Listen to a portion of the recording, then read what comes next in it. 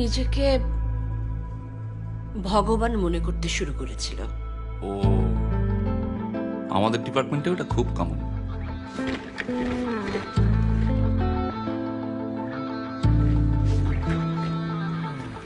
God complex.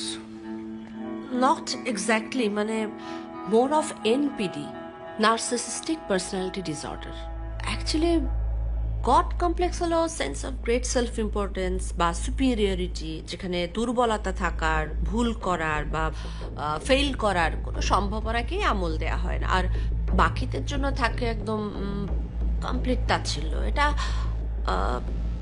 সেটারই একটা একদম এক্সট্রিম ফর্ম বলা যেতে পারে, মানে এক্সট্রিম এবং রিলিজিয়াস ফর্ম। এনিওয়ে, বিশ্বরূপ নিজেকে ভগবান বিষ্ণুর অবতার মনে করে।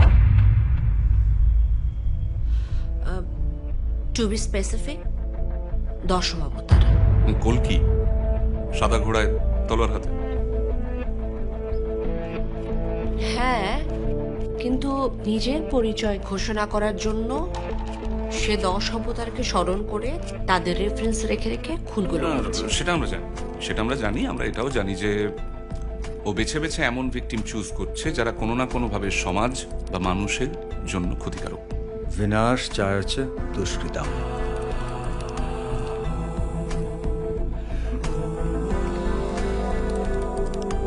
এটাই দাবি তো আমাদের 10 নম্বর অবতারের।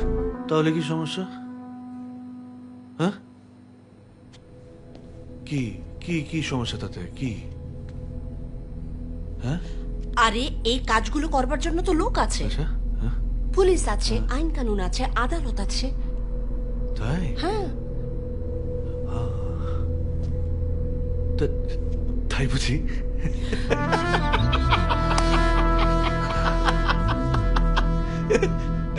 আইন কানুন আদালত। ইউ মিন টু সে ওরা যে কাজটা করে খুব মন থেকে করে, খুব অনেস্টলি করে।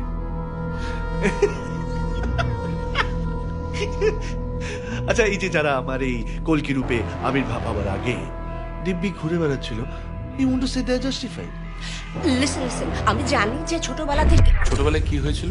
বিশ্বরূপ ছোটবেলা থেকেই বড় হয়েছিল নানান পৌরাণিক গল্প কথা শুনে। কার কাছে? বাবা, ওর বাবা রোজ রাতে বাবার কাছে নানা গল্প শুনতো।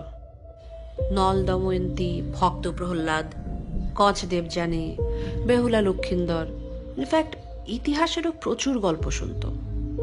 পৃথ্বীরাজ চৌহান, আকবর দ্য গ্রেট, নেতাজি সুভাষচন্দ্র বোস,